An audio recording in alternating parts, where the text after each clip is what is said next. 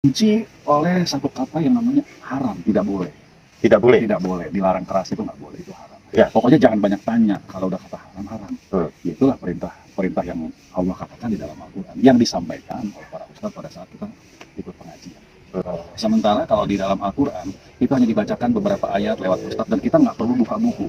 Nggak perlu tahu artinya juga. Nggak perlu tahu artinya juga, dengarkan aja apa kata si ustadz atau ustaznya menyampaikan, ya kita dengar satu. Ya, kalau kita bisa ngalamin perjuangan pribadi dengan Tuhan, udah nggak bisa dilawan.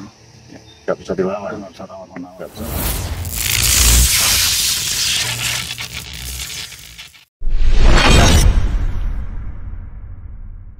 Bismillahirrahmanirrahim. Assalamualaikum warahmatullahi wabarakatuh, sahabat Pila dimanapun sahabat Pila berada. Alhamdulillah pada kesempatan kali ini kita akan mereaksi sebuah video yang tadi di awal ya dikatakan dulu pernah muslim, terus juga meyakini dengan Bibelnya, akhirnya belajar dari Bibel, akhirnya dia jadi murtad, lalu menyamakan Islam dengan kekristenan. Lantas seperti apa lengkapnya? Kita akan reaksi bersama-sama, tetap di Panji Islam Media.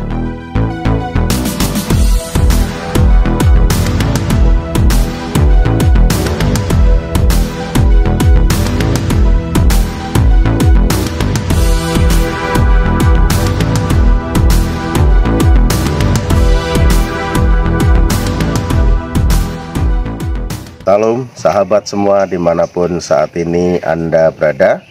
Saat ini saya sedang bersama dengan Pak Hendri Susanto, seorang murtadin yang saat ini mengasihi Tuhan, melayani Tuhan, dan mengalami perubahan dalam Tuhan tentunya. Untuk itu saya akan segera bercakap-cakap dengan hambanya, mungkin bisa menyaksikan tentang kebaikan Tuhan dalam kehidupannya.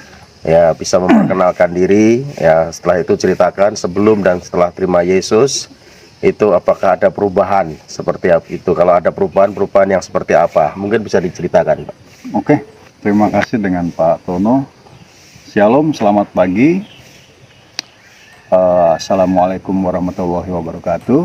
Ya, sahabat Pila dimanapun sahabat Pila berada ya, aduh belibet belum apa-apa ya, saking terpananya gitu saya ya. Ternyata bapak ini yang mengaku seorang murtadin bernama Pak Hendri Susanto tadi katanya ya. Terus kita bisa melihat ya, dari awal penampilan saja nih, kedua murtadin ini, yang satu Pak Hendri Susanto, yang satu Pak Tono katanya, itu memakai atribut ataupun simbol daripada agama Islam, peci. Memang ya secara ini tidak ada gitu, karena ini kan adat ya, termasuk adat istiadat gitu loh. Namun di Indonesia khususnya, peci merupakan ciri daripada seorang muslim biasanya gitu loh. Walaupun dalam kenyataannya peci merupakan salah satu pakaian nasional, jadi boleh dipakai siapa saja. Tapi ya nggak segitunya juga kali gitu ya, dalam mengabarkan bahwa oh saya ini bekas seorang muslim gitu loh. Lantas seperti apa kesaksiannya? Kita akan simak bersama-sama. Kita lanjut lagi. Pagi ini saya berbincang dengan Pak Tomo, mengambil sebuah topik adalah kesaksian rohani. Bicara soal rohani itu adalah sebuah pilihan pribadi. Kalau saya dulu dan sekarang mengalami sebuah perubahan, itu bukan karena kemauan saya, tapi ada sebuah tindakan daripada roh, ya, karena kita adalah makhluk roh. Kalau bukan karena kerja Roh Kudus, saya nggak mungkin mengenal yang namanya isi Alkitab itu seperti apa. Poin pertama yang akan kita reaksi adalah pernyataan daripada Pak Hendri Susanto ini.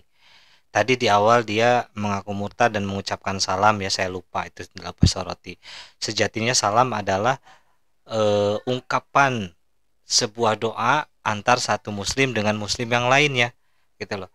Karena kalau saja mengerti arti daripada salam itu, pasti dia akan mengerti gitu loh, maksud tujuannya kemana. Lalu yang kedua, dikatakan manusia ini adalah sebagai makhluk roh. Sejak kapan manusia sebagai makhluk roh? Kalau manusia sebagai makhluk roh berarti sudah mati dong. Karena sejatinya manusia ini adalah makhluk sosial, makhluk yang memerlukan interaksi di antara satu dengan yang lainnya. Kalau makhluk roh, gimana interaksinya ya? Apa kelihatan gitu ya? Coba, kira-kira gimana tuh teman-teman ya? Makhluk roh gitu loh. Kita ulang pernyataannya sekali lagi. Makhluk roh, makhluk roh, makhluk roh.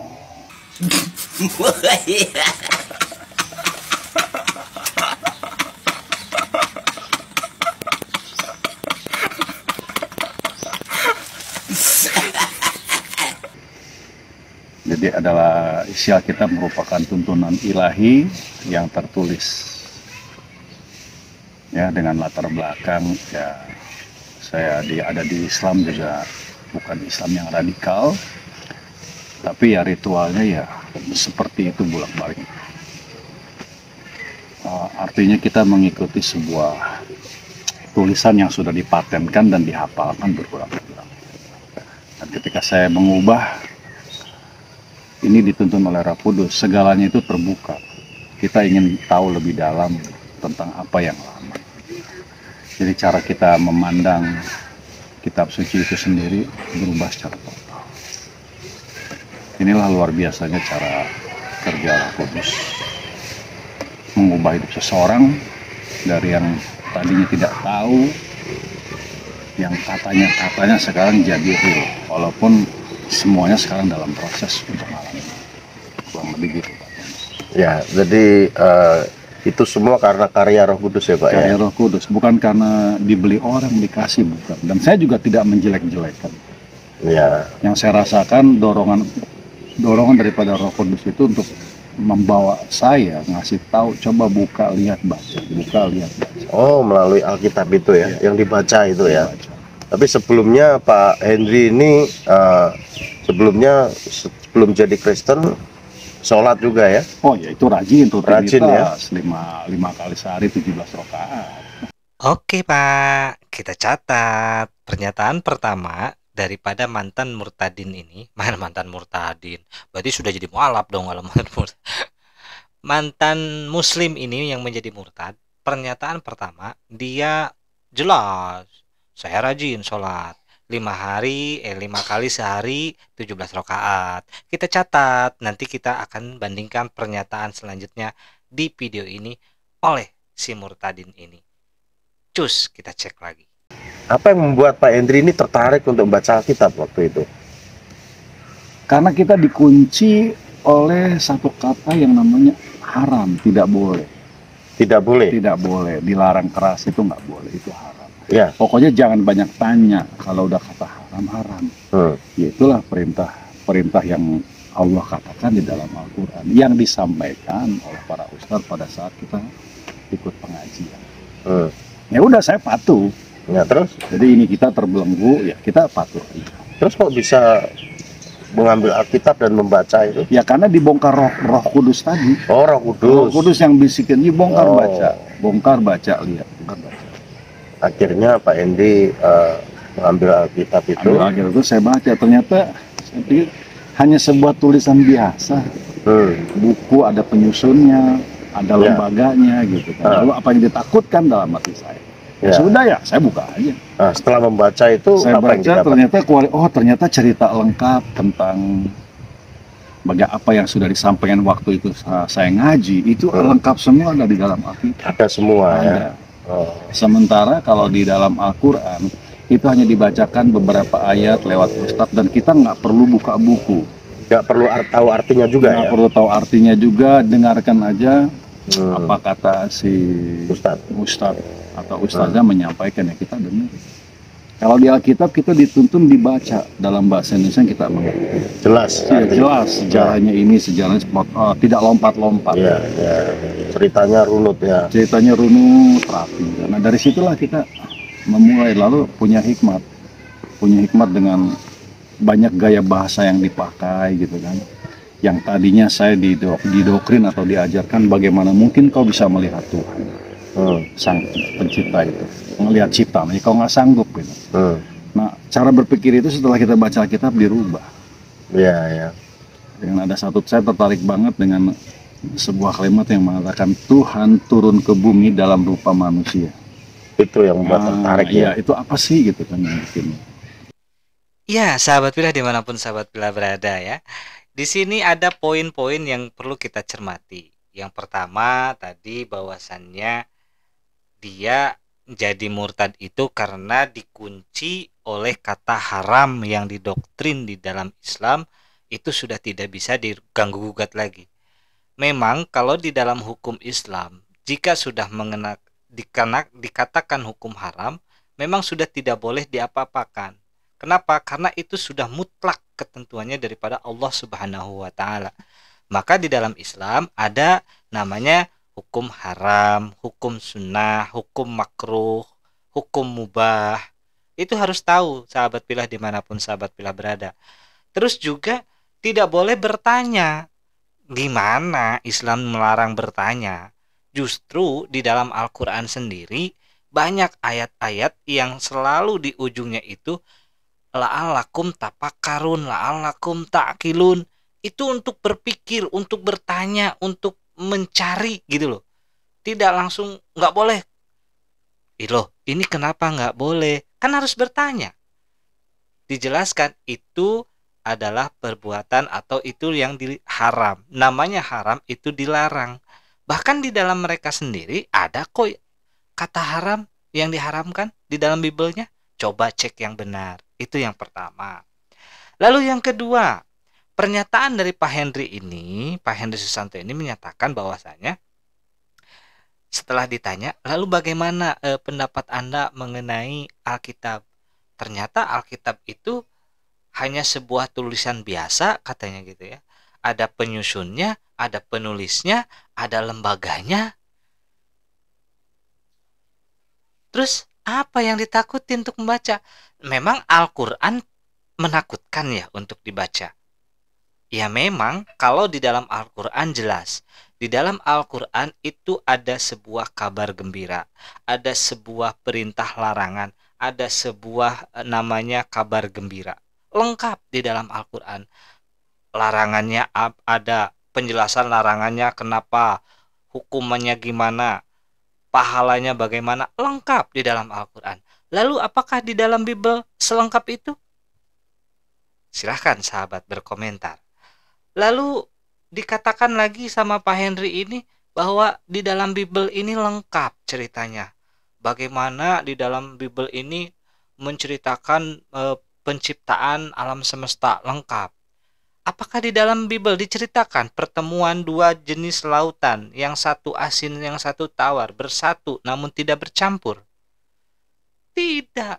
Apakah di dalam Bible diceritakan di dalam lautan ada sungai yang mengalir dengan air yang tawar dan di dalamnya ada api yang tidak pernah padam? Tidak akan ada, tidak akan pernah ditemukan di dalam Bible. Makanya bagaimana ini bisa dikatakan sebuah kitab suci jika ada penulisnya siapa, ini lembaganya siapa, gitu ya. Yang menyusun ini siapa? Kok bisa gitu loh? Apa ukurannya? Lantas apakah Pak Henry ini mengerti ukuran ataupun kategori atau klasifikasi yang dinamakan kitab suci itu? Ayo kira-kira mengerti tidak ya? Kita lanjut lagi sahabat. Tidak tertarik. Iya. Nah ini pun dimulai dari saya berterima kasih sekali secara natural. Saya mengenal Kristen itu bukan di Indonesia. Oh, waktu di mana itu? Ya, saya mengenal Kristen itu di Amerika, di Pennsylvania, Harrisburg. Oh, itu waktu pas apa itu? Saya tuh berhenti kerja, lalu saya pergi ke sana, saya kerja di sana. Oh, Jadi motivasi saya adalah saya cari dolar sebetulnya. waktu itu ya. Saya bilang saya berburu dolar. Itu tahun berapa, Pak? 1999 lah mau. Ya. 99. Waktu di Amerika itu ya. Iya, setelah berangkat. 1999. Iya. Lalu Pak Hendy ini setelah membaca Alkitab memiliki pemahaman yang benar ya tentang firman Tuhan itu ya yang dibaca secara runut itu, lalu membuka hati terima Yesus tahun berapa? 2006. 2006. Berarti ada proses ya? Ada proses. Bertanya-tanya apakah benar Iya. untuk memutuskan ngambil Nggak langsung cek Ya. gitu terima enggak. keputusan untuk membuka hati terima Yesus Iya, itu dari ya. tahun 2006 saya bisa buka hati gitu. 2006. Ya, Jadi ya. ada proses. Ada proses ya. Dan itu tidak ada pengaruh unsur ada yang biayain atau gimana. Enggak, saya cari sendiri. Cari sendiri. Dan selama saya di Indonesia tuh saya belum pernah yang namanya masuk gereja. Waktu di Indonesia, tapi setelah saya di Amerika, karena komunitas orang-orang Indonesia di Amerika itu adanya di gereja. Nah, saya ada di gereja Katolik Ortodok yang besar sekali, Ya, bangunannya itu ya. bangunannya gede ya di situ. Megah, mewah itu. Megah mewah di situ ya. Disitulah saya pertama kali di dalam gereja tuh seperti ini. Udah waktu di Indonesia di Jakarta saya tidak tergerak sama sekali Untuk masuk gereja. untuk masuk ke gereja karena kan Dan waktu itu memang masih dalam proses tanya-tanya ya, Tanya-tanya. untuk cari kebenaran betul, itu. Ya, apalagi sebenarnya. apalagi sebelum saya berangkat ke Amerika, saya kan sholat rajin dalam artian ya memang rutinitas subuh, zuhur, asar, maghrib, isya ya kita normal aja. Iya, iya. Kadang ikut jadi muadzin di masjid gitu. Udah begitu aja. Rutin. Ya, kita wajar-wajar saja, Pak. Normal-normal saja, Bang, gitu ya, Bang Henry ya. Nah, sahabat, tadi Bang Henry ini mengatakan bahwasannya dia tidak mengenal Kristen itu waktu di Indonesia, tapi ketika dia pergi ke Amerika. Di tahun 99 itu dia pergi ke Amerika. Gitu loh. Dan menyatakan bahwa komunitas orang Indonesia itu berada di dalam gereja gitu. Lalu apakah benar komunitas orang Indonesia itu ada di dalam gereja? Yang di Amerika ya tentunya ya, bukan yang di Indonesia, tapi di Amerika, karena Pak Hendy ini mengatakan demikian gitu loh. Kita akan simak, kita akan cek beritanya di salah satu halaman web berikut ini. Sahabat Pilah, dimanapun sahabat Pilah berada, saya kutip di suarasurabaya.net ini ya, yang mengatakan bahwasannya Little Indonesia adalah kampung Indonesia pertama di Somersworth, Amerika Serikat. Ternyata kumpulan-kumpulan orang Indonesia ini yang ada di Amerika itu membuat sebuah kumpulan atau cultural center itu di sebuah tempat namanya Somersworth. Aduh, belibet ya. Gitu, Somersworth gitu tempatnya, kampung Indonesia pertama di Amerika. Nah, gedung Little Indonesia ini resmi berdiri di sebuah kota kecil di Amerika bernama Somersworth. Kota ini berusia lebih dari 300 tahun. Dikenal dengan kehidupan wisata alam, industri, keragaman penduduk dengan berbagai latar belakang etnis dan budaya. Nah, Somersworth sendiri merupakan kota terkecil dari 13 kota lain di negara bagian New Hampshire di wilayah pantai timur Amerika Serikat. Nah, Little Indonesia sendiri adalah visi jangka panjang dari Indonesia Community Connect yang merupakan sebuah organisasi nirlaba yang bertujuan untuk membangun komunitas diaspora Indonesia dan sekaligus meningkatkan hubungan kemitraan antara Indonesia dan Amerika Serikat. Lalu sejatinya kalau dikatakan di mana komunitas Indonesia itu berada di gereja, ada ternyata di salah satu sebuah web yang mengatakan bahwasannya, ini saya juga kutip di Harian Sesawi ya, portal berita Katolik Indonesia, karena kan tadi ada dikatakan bahwa gereja Katolik Ortodok gitu ya mengatakan demikian.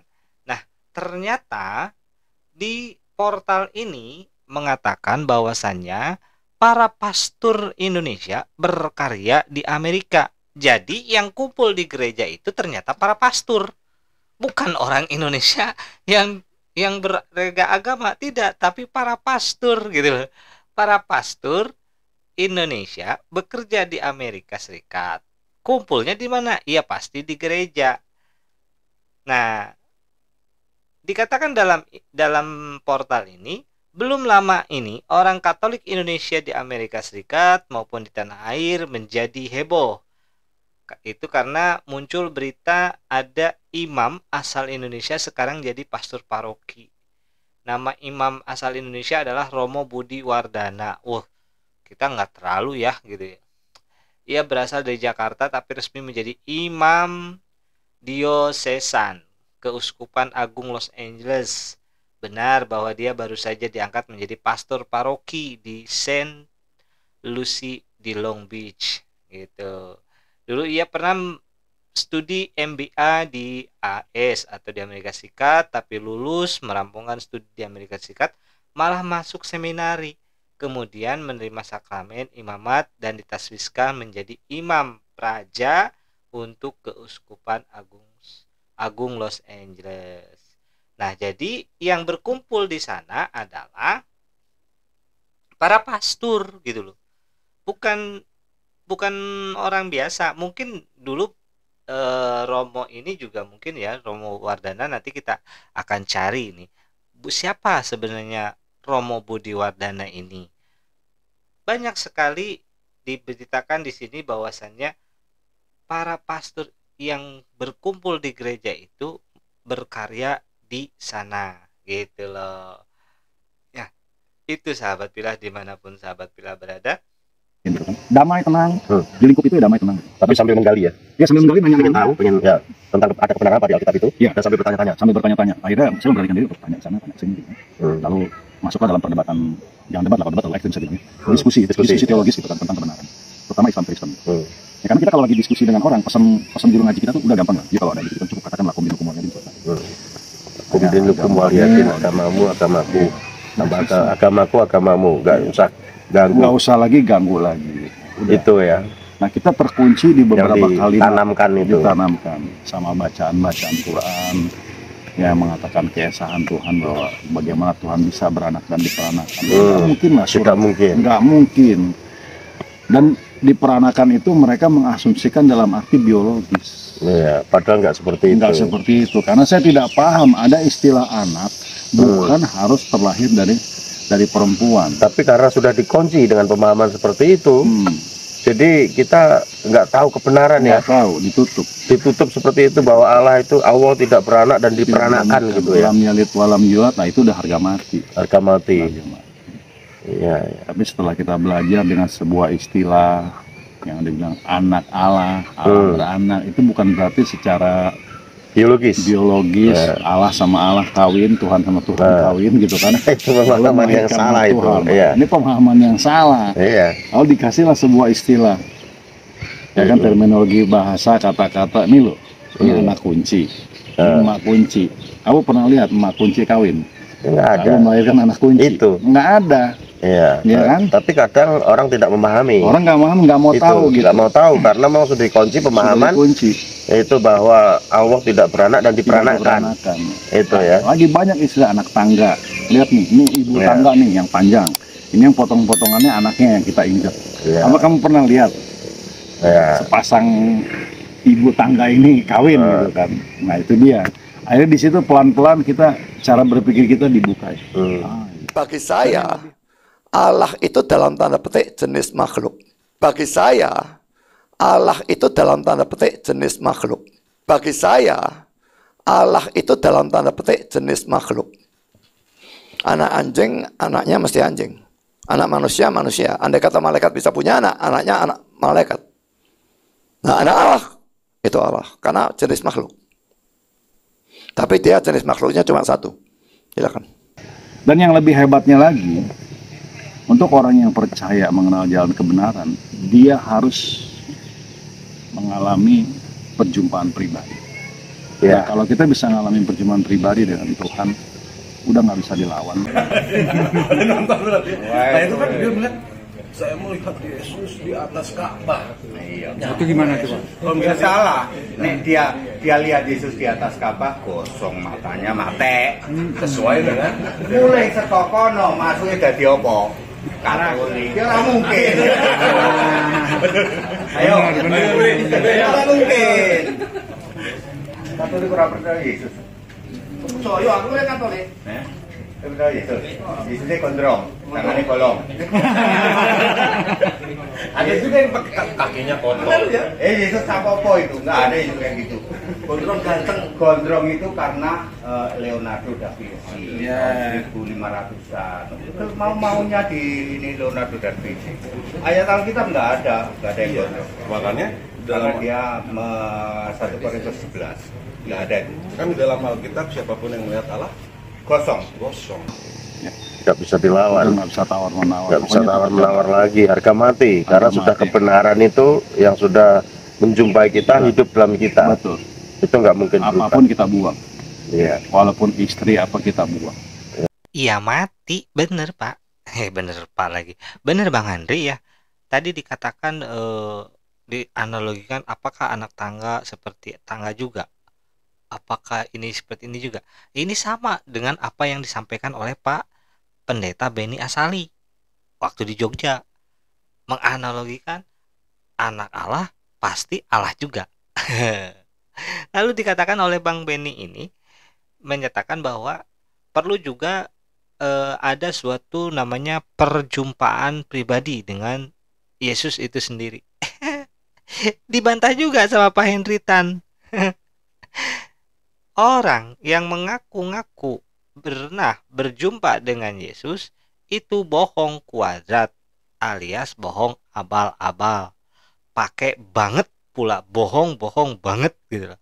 Karena sesuai dengan 1 Korintus apa gitu ya tadi ya yang Pak Henry bilang itu, jika seseorang melihat Yesus maka dia akan menjadi gosong mate. Lah lantas Anda mengaku melihat Yesus kan tidak masuk logika gitu ya. Padahal di dalam Bibelnya sendiri tidak ada yang mampu melihat Yesus itu. Tuhan tidak bisa dilihat dan tidak bisa didengar. Kan gitu. Aku pun tidak. Kan begitu yang ada di Bible-nya. Kok bisa seperti ini? Pusing. Itu Terus resikonya ya, ada tantangan. Resikonya, ada tantangan. Iya, iya, iya. Lalu gini Pak, setelah Pak Henry ini membuka hati terima Yesus sebagai Tuhan dan Juru Selamat, reaksi dari keluarga gimana? Istri? Kalau keluarga kan saya belang bentong. Jadi saya keluarga itu gado-gado Pancasilais. Itu. Poin yang selanjutnya, ini adalah kontradiksi daripada pernyataan tadi di awal bahwasannya dia seorang muslim yang rajin melaksanakan sholat sehari 5 kali 17 rakaat, tapi di ini dia mengatakan bahwasannya saya berasal daripada keluarga muslim yang belang betong. Nggak percaya? Kita simak lagi pernyataannya berikut ini. Kalau keluarga kan saya belang bentong. Kalau keluarga kan saya belang bentong. Kalau keluarga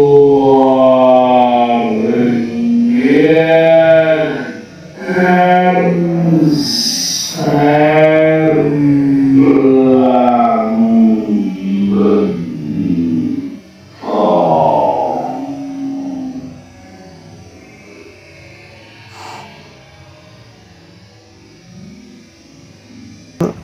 Sholat juga ya? Oh ya itu rajin tuh Rajin ya? Trinitas, lima kali sehari 17 rakaat. Kalau keluarga kan saya belang bentong.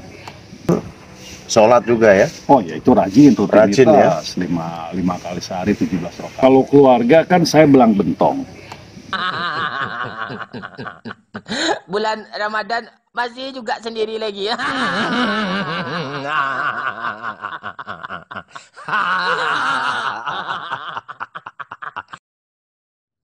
Nggak jadi juara.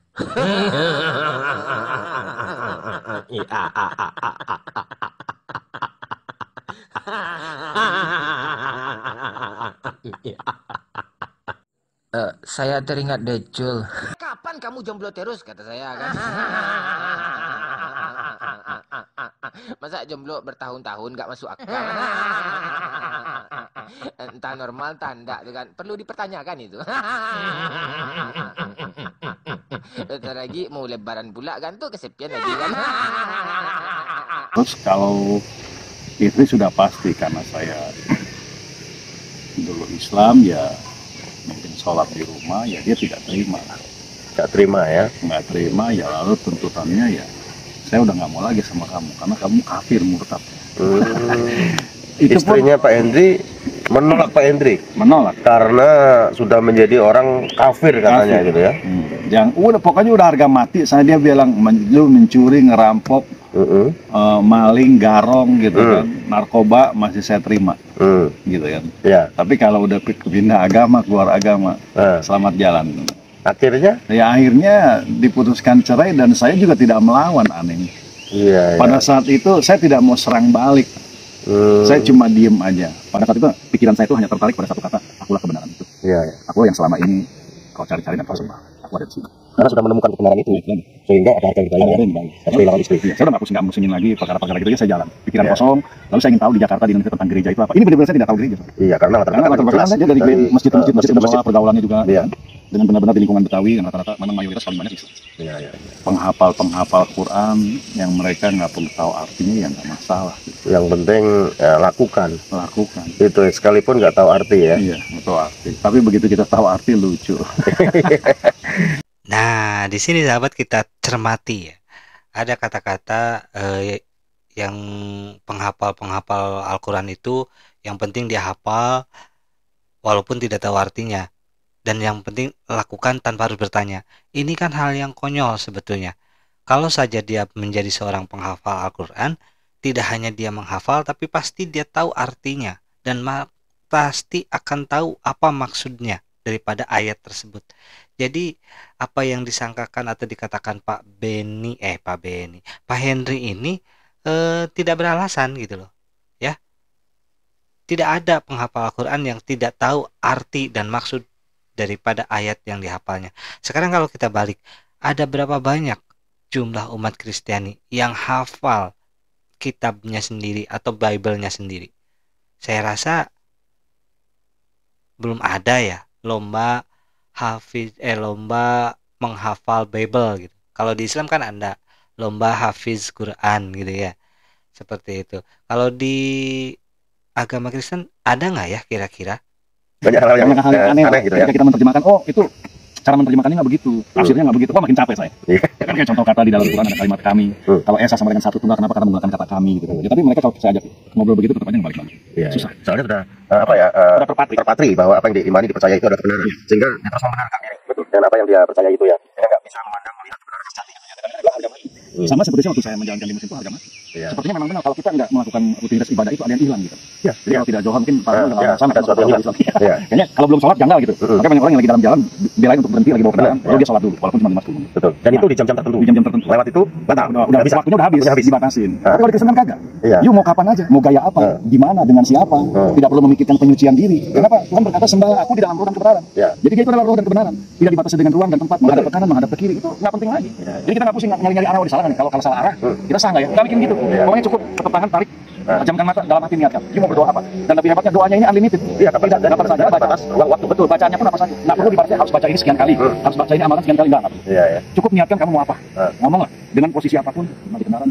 Nanti Tuhan yang maha tahu. Yang tahu omnipresent Maha hadir. Ya nggak harus kita di satu tempat tertentu, waktu tertentu, menghadap ke arah tertentu. Ya kemana saja. Itulah Tuhan kita ya, yang maha hadir, yang roh adanya. Jadi kita bisa jumpai kapan saja, di mana saja. Itu enaknya ya. Di dalam Islam juga sama, bahwa Allah itu maha hadir dari manapun. Ketika kita mau melaksanakan ibadah sholat misalkan ya, tidak tahu arah, kita boleh menghadap kemana aja, mau timur, barat, utara, selatan, boleh silahkan. Tapi dengan niatan menghadap ke arah kiblat, bukan menghadap ke arah timur atau menghadap ke arah barat, menghadap ke arah utara, menghadap ke arah selatan. Tidak, tapi mustaqbilal kiblati, menghadap ke arah kiblat. Seperti itu. Jadi tetap sah walaupun tidak menghadap menghadap ke arah barat karena kiblatnya ada di barat gitu. kita menghadap ke timur, sah nggak sholatnya? Tetap sah, karena niatnya mustaqbilal kiblati, menghadap ke arah kiblat. Lalu dikatakan bahwasannya apa tadi itu, doanya boleh pakai bahasa aja apa saja. Islam juga demikian. Kenapa? Karena Allah itu maha mengetahui dari segala bahasa yang kaumnya, daripada segala bahasa makhluknya. Jangankan manusia, Allah mengetahui juga bahasa binatang, bahasa hewan, bahasa tumbuhan. Karena semua binatang, tumbuhan, manusia khususnya, itu semuanya diwajibkan untuk beribadah kepada Allah Subhanahu wa taala. Gitu loh. Jadi kalau dikatakan di Kristen ini bebas, tidak perlu penyucian, kata siapa? Yesus aja ketika mau berdoa, dia membasuh tangannya terlebih dahulu. Ayo baca lagi kitabnya yang benar, baca lagi Bibelnya yang benar. Yesus aja melakukan penyucian dulu, gitu loh, sebelum berdoa. Lalu dia bersujud. Nah, itu ada di dalam Bible yang mengatakan Yesus juga bersuci dulu, ya. Berarti pernyataan Pak Henry ini di dalam kekristenan tidak perlu adanya penyucian dulu. Lalu gunanya baptis apa, Pak? Ayo, kena toh. Kita lanjut lagi sedikit lagi. Kita lihat apa yang dikatakan selanjutnya. Maka yang dulu saya tidak tahu juga jadi tahu, di dalam hadis juga dikatakan bahwa kenapa di Al-Quran ada salah satu tokoh yang dikatakan Nabi. Dia mengatakan dalam hadisnya yang berbunyi Isa fa innahu ruhullah wa kalimatuhu. Ya kan, Isa itu adalah Allah dan firman yang hidup dari kalimatnya. Pertanyaannya kenapa harus dia? Tidak yang lain. Berulang-ulang kalau saya ketemu teman saya, kenapa harus dia? Dia kehendak Allah, dia kehendaknya kenapa sama dia? Kenapa nggak yang lain? Iya, iya. Ini kan jadi satu pertanyaan besar. Gitu. Ya, kalau dia kalimat Allah berarti berarti itu. Rasanya Allah sendiri, iya. bukannya diciptakan. Jadi ada bagian dari Allah itu yang keluar, yang menjelma, nuzul. Ya. Nuzul menjadi. Oh begitu, ya memang maunya begitu Pak. Nggak bisa kita bantah. Ada memang aturan main yang memang baku dan kita nggak bisa nolak. Ada yang gitu ya, benar. Harga mati, nggak bisa. Kayak langit begitu tinggi, semakin kita lihat seakan-akan langit itu turun. Padahal begitu kita samperin, nggak ada ujungnya. Dan lebih antiknya lagi, ini langit nggak ada tiang loh. Iya. Tidak ada tiang penyangga, kok begitu? Ya memang begitu. Memang begitu. Jadi kalau ajaran Kristen ada Bapa, Anak, dan Roh Kudus, kok bisa begini? Ini bukan manusia. Enggak, memang begini. Lihat aja luas jari kita. 1, 2, 3. Lalu tubuh kita, kepala, badan, kaki, tangan, pergelangan, sikut, sama bahu. Itu bagian dari tubuh. Bagian dari tubuh. Iya. Tubuh, roh, jiwa. Itu Begitu. bagian dari manusia. Bagian manusia dan nggak bisa Nggak dipisahkan. Memang begitu. Iya, kalau manusia tanpa tubuh apa namanya? Mati. Jadi tiga ini nggak bisa dipisahkan. Manusia tanpa roh mati juga kan? Mati juga. Iya. Jadi nggak bisa dipisahkan. Nggak bisa dipisahkan Bapa, Anak, dan Roh Kudus. Sebenarnya setelah saya di dalam Islam pun ada 3. Cuma mereka tidak mau mengakui. Iya. Cuma Bapak waktu saya kena salat. Kita udah baca namanya. Itu mubarakatuh salawatu sayyidina. Itu kan Allahumma sholli ala sayyidina Muhammad wa ala Muhammad kama barakta ala sayyidina Ibrahim wa ala Ibrahim ujungnya fil alamin innaka Hamidum Majid. Pertanyaannya, ketika kita membaca rangkaian surat ini, bisa nggak salah satu tokoh saya cabut? Mohon izin Pak. Salah satu saya tiadakan juga. Ini namanya enggak? Iya, nggak berani. Tapi dia terbuka. Walaupun kita tidak menyembah dia, kita menyebut namanya di dalam ibadah. Itu kan ibadah. Yang sakral ya hukumnya ritual karena ibadah. Itu nyebut nama itu Ibrahim dan Muhammad. Kenapa tokoh disebut ya? Kenapa enggak? Ini ya, fokus saja. Nggak fokus aja satu kepada Allah, kan asa sendirian dia. Kalau dia tunggal, ngapain harus sebut 2 ini? Itu PR buat mereka. Maksudnya buat kaum saya dulu itu PR. Iya, Kita bukan direnungkan. iya, bukan kita menyebutkan. Coba tolong jawab pertanyaan saya. Dasarnya apa? Lalu siapa yang membuat kalimat, yang membuat bacaan itu? Iya. Ya dong, apakah Allah tulis, lemparin ke bumi, cus, pakai kertas, lalu ditangkap oleh manusia, lalu disalin? Apakah begitu ceritanya? Makanya saya bilang kalau ada teman-teman saya ngomong itu mah kita bikin manusia. Yes, saya aminkan. Memang Alkitab itu ditulis oleh manusia. Manusia menulis. Manusia menulis. Tapi ilhamnya, kalau pikirnya itu Roh Kudus. Jadi manusia itu, nabi-nabi, rasul-rasul itu menulis Alkitab bukan kehendaknya sendiri, kehendak Roh Kudus. Karena didorong Amin. untuk menulis, sehingga tanpa salah. Tanpa salah. Itu. Dan dia ditulis oleh 40 orang lebih. Dan itu harus beda. Kalau sama namanya beda. Ya, sesuai dengan karakter masing-masing. Harus berbeda. Ya, karakter Paulus, karakter Petrus beda. Tapi inti daripada berita itu sama. Iya, Benar. karena itu Tuhan kan yang mendorong para hamba-hambanya itu untuk menulis. Kan begitu ya. Beda ya jadi. Beda. Jadi kalau dipikir harus sama semua itu namanya bohong. Kita ini bukan keramik yang dicetak. Robot. Kita makhluk hidup gitu. Jadi beda. Iya. Satu contoh ada peristiwa kecelakaan fatal di jalan tol kilometer 50. Orang pertama lewat. Benar Pak, tabrakan kebakar, mayatnya kelihatan. Setengah jam kemudian orang kedua lewat. Teman kita kasih kabar. Oh, katanya ini orangnya mati. Udah berangkat. Orang ketiga datang, udah dibersihin Pak. Yang keempat datang, nggak ada apa-apa, cuma bekas hitam. Tetapi memang yang dia lihatnya beda. Tetapi ingat, inti dari peristiwa itu sama. Telah terjadi kecelakaan maut di kilometer 50 yang mengakibatkan 5 atau 6 orang korban. Nah kalau mau telusuri silakan ke rumah sakit, pasti ada orang ini. Ada. Tapi ada. Peristiwa yang dilihat oleh orang pertama, kedua, ketiga, keempat itu beda. Dari sudut pandang. Dari sudut pandang beda. Itu, ya. Iya. Jadi pada saat pertama, pada saat kecelakaan kita menyaksikan. Setelah itu kita pergi. Mobil kedua ngelihat, itu dia ngelihat udah terkapar. Iya. Lalu yang ketiga datang lagi. Ada Peristiwa itu tetap sama, ada kan kita sama ya. Jadi Alkitab juga begitu ya. Jadi para hamba-hamba Tuhan ini menulis Alkitab itu dia yang melihat ya dari sudut pandang mereka. Tapi intinya sama. Kan begitu ya. Intinya sama. Jadi kalau kita mau buka hati teman-teman, percaya deh. Tuhan duduk dan melihatin kita. Karena dia ajaran dia kasih. Iya. Ya kan banyak yang salah pemahaman, tentang ajaran perjanjian lama, perjanjian baru. Justru yang mengadopsi ajaran perjanjian lama itu sebenarnya Islam dengan ajaran Yahudi, dipadukan dengan gaya-gaya Arab. Tapi kalau ajaran Tuhan, memang salah Pak kalau Tuhan mau turun ke bumi jumpain kita? Ya nggak salah. Lah kan Tuhan Maha Kuasa, punya otoritas sesuai dengan bertindak sesuai dengan kehendaknya. Iya, kalau dia mau, Kalau manusia ingin menjadi Tuhan itu yang salah. yang salah. Kalau Tuhan mau menjadi apa saja bisa. Kan mau jadi batu, jadi pohon, ya bisa. Kan dia Tuhan Maha Kuasa. Karena yang diselamatkan manusia. Maka dia menjadi manusia kan gitu. Gajah, kan? Gajah kan gitu. Cuma kan dia kalau saya ngomong gitu dia selalu kunci itu berarti kita melanggar surat Al-Ikhlas. Dia surat Al-Ikhlas tentang sebuah bacaan yang mengesahkan Sang Pencipta, yang berbunyinya qul huwallahu ahad, Allahu samad, lam yalid walam yulad walam yakul lahu kufuwan ahad. Ini kan bacaan salat tiap hari kita lakukan. Dan pada saat kita baca itu kan kita nggak mentransfer artinya apa. Pokoknya asal kita hafal saja. Lafaznya bagus, sah diterima, selesai, amin. Enggak tahu artinya. Iya. Saya suka bilang begini, saya suka ledek begini dalam bahasa yang banyak lucu sampai bercanda. Kalau kamu kasih kelapa, jangan kasih monyet. Dia bingung. Diputar-putar, didudukin, karena dia bingung apa ini. Kalau mau ngasih kelapa sama tupai, kasih sama dia korek ya. Dia tahu. Korek, dia buka isinya apa nih. Isinya enak, dia minum. Kalau pahit dia pergi. Kalau monyet nggak tahu. Nggak mau tahu. Gitu kan? Aneh lucunya gitu. Nah, tupai itu unik, dia udah korek, dia minum airnya. Apalagi dia bikin rumah. Ya itu. Kelapanya dia bolongin dibikin rumah. Kelapanya dimakan, airnya diminum, batu kelapanya dibikin rumah. Ada fungsinya juga. Lucu aja gitu. Tapi kembali lagi saya setuju dengan ungkapan dikatakan di dalam ayat suci ini itu surat Al-Kafirun yang terakhir. Ya lakum dinukum wal yadi. Ya saya tetap pegang itu. Itu endingnya. Itu endingnya. Ending dari sebuah diskusi. Yang misalnya udah dia nggak mau ngelayar mentok, udah akan mentok. Terus saya juga sama. Terus saya bilang bikin kopi, nggak usah ini kan. Santai kita ngopi lagi baik. Ya memang dalam hal agama percayaan itu kan nggak bisa dipaksakan. Itu free will, kehendak bebas manusia memilih. Kan gitu ya. Tapi kalau kita sudah tahu kebenaran apa salahnya? Kalau kita membuka hati, menerima kebenaran itu yaitu dalam Yesus Kristus Tuhan kan gitu ya. Seperti Pak Endi. Ya kan sekalipun ada resiko, ada tantangan ya, harus kehilangan istri. Tapi mendapatkan sesuatu yang lebih berharga. Sesuatu yang lebih berharga yaitu jalan kebenaran dan dalam Yesus Kristus Tuhan dan itu keselamatan yang kekal yang Tuhan tawarkan. Kan gitu ya. Ini sesuatu yang berharga. Mahal sekali. Mahal sekali. Nah, tentunya ada perbedaannya setelah terima Yesus sama sebelum. Ada cerita ada. Perbedaan itu rasa ketakutan. Yang pasti tuntutan yang paling besar itu jangan melakukan kesalahan. Itu di atmosfer otak kita seperti sesuatu gaung yang nggak pernah hilang. Jadi ketika kita ingin bikin sesuatu yang itu karena ada sehingga itu yang mengingatkan kita akan dosa, menyadarkan kita seperti alarm. Pada saat kita melakukan kesalahan, melakukan dosa, dia bunyi kan, dia memberitahu, oh itu nggak boleh. Nah, itu yang luar biasanya, nggak diterobos saja. Itu ya, kalau kita membedakan. Makanya apa-apa jangan nyalain Tuhan, salahkan dirimu sendiri gitu. Tuhan udah selesai. Beda-beda sekali ya. Sangat beda. Kalau kita memandang sudah lagi tidak terikat oleh liturgi, pakaian, ada istiadat, kita bebas. Mau gaya apapun bebas. Tapi ini kebebasan di dalam Tuhan, bukan bebas melakukan dosa. Bebas dalam kebenaran, mengekspresikan untuk Tuhan, kan begitu ya. Luar biasa. Ya, baik pemirsa, ini perbincangan yang sangat luar biasa. Saya bersama dengan Pak. Ya, sahabat Villa dimanapun sahabat Villa berada, demikian ya reaksinya. Tapi sebelum kita akhiri reaksinya, ada beberapa poin daripada pernyataan terakhir tadi, gitu loh. Dimana diawali bahwasannya di Islam itu sholat yang namanya surat Al-Ikhlas ya, mengesahkan Allah. Bukan, pertamanya ini mengesahkan Ata Esa dan kami, gitu loh. Esa kan Tuhan satu, gitu ya. Kenapa harus pakai kata kami? Nah, sejatinya kata kami itu menunjukkan bahwa keagungannya, gitu loh. Keagungannya, maka menggunakan kata kami. Ada dalam kaidah-kaidah bahasa Arabnya. Itu yang pertama. Lalu yang kedua, mengatakan bahwasannya surah Al-Ikhlas ini merupakan bagian daripada surah yang ada bagian daripada rukun sholat. Tidak ya. Surah Al-Ikhlas itu adalah surah pendek yang hukumnya sunnah dibaca ketika dalam melaksanakan sholat. Jadi tidak ada kalau misalkan kita lupa nih membaca surah Al-Ikhlas pas sholat, hukumnya gimana? Tetap sah sholatnya karena hukumnya adalah sunnah membaca surah-surah pendek. Karena sebagaimana kita ketahui ada rukun sholat dan ada sunnahnya sholat atau yang melengkapi sholat itu sendiri, gitu loh ya. Jadi tidak ada kalau misalkan dikatakan lupa membaca itu sholatnya tidak sah, itu nggak benar. Lalu dikatakan terakhir bahwasannya apa,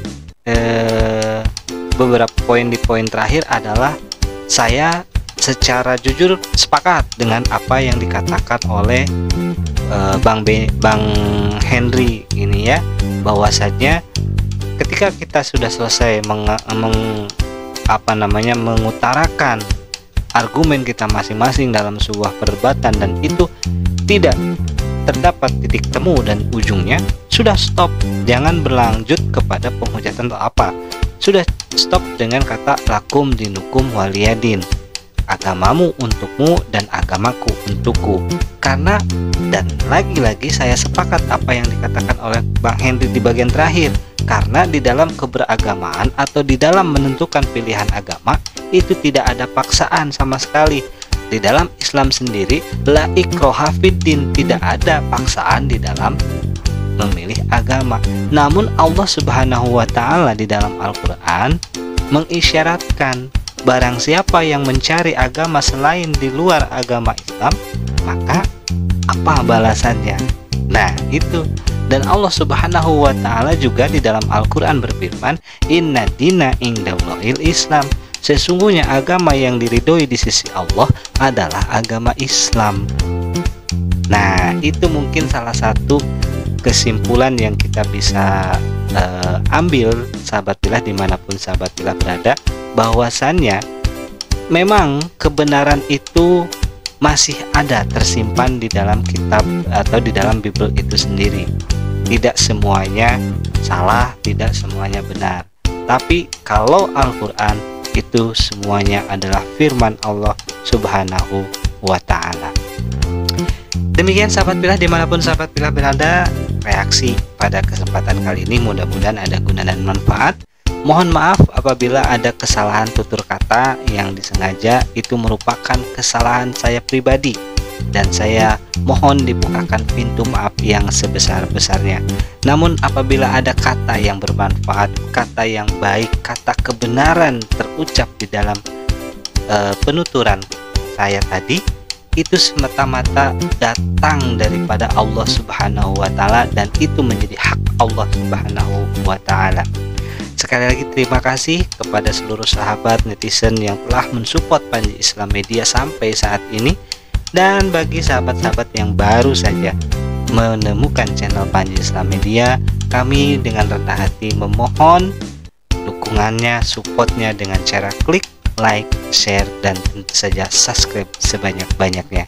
Kita akhiri, wabillahi taufiq wal hidayah. Wassalamualaikum warahmatullahi wabarakatuh. Sampai jumpa lagi.